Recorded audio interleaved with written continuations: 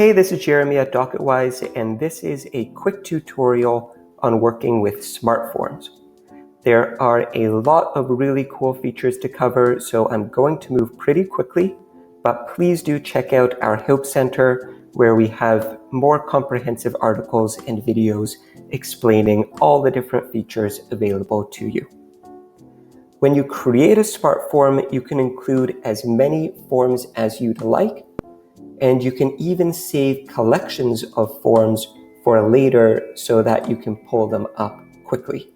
In this case, I'm going to select a collection that I previously created called DACA Renewal Package, and that is going to pull up all the forms that I want to prepare simultaneously. Now I can select the client and the matter under which I want this form to be organized. The matter is optional, and I can pick my beneficiary.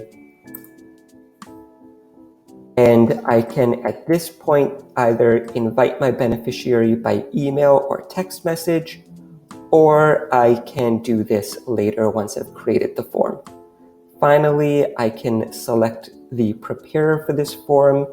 I can select from any attorney at my firm. And with that done, I can create my form. Our smart forms automatically include the questions required to complete your government forms. If you don't want to ask all of these questions, you can also create a custom intake with only the questions you want to ask. From the More Actions drop-down, you can change the language of your smart form. You can print the smart form as a printable intake to collect answers offline with your client. And you can share the smart form by email or text. Another really cool feature is that you can flag and comment on questions. So for instance, if the client forgets to answer a question completely, you can flag it. And if you'd like, you can add a comment, maybe please make sure to include all addresses over the past 5 years. And then you can click flagged questions to show only the questions that you have flagged so that your client knows exactly what you need from them. Heading over to the Forms tab, here I can see all of the government forms that I'm preparing in this particular smart form. I can switch forms by clicking here. I'll see that I have my addendas also. I can make changes to my smart forms as well. Any field that has this green background has two-way sync. So if I make a change here, that change will actually save to the database. You can see the client's name has already been changed here. Fields that do not have the green background do not have two-way sync.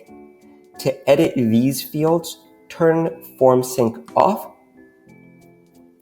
And now these fields are editable as well. And finally, we have an import feature.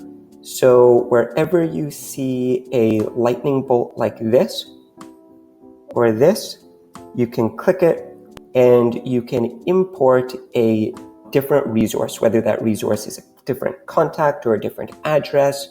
So here, let's say for the mailing address of the client, I want to select a different address. I'm going to search for the client and I'm going to select this one instead, and you can see that the address automatically populates here. When I want to print my form, I can either print it all at once by clicking here, or I can print the entire collection of forms by clicking Print All. Now, heading over to the Settings tab, I have all the options that I had when I initially created the form. So here I can add and remove forms from my smart form. I can change the beneficiary for each of the forms, and I can change the name for this form.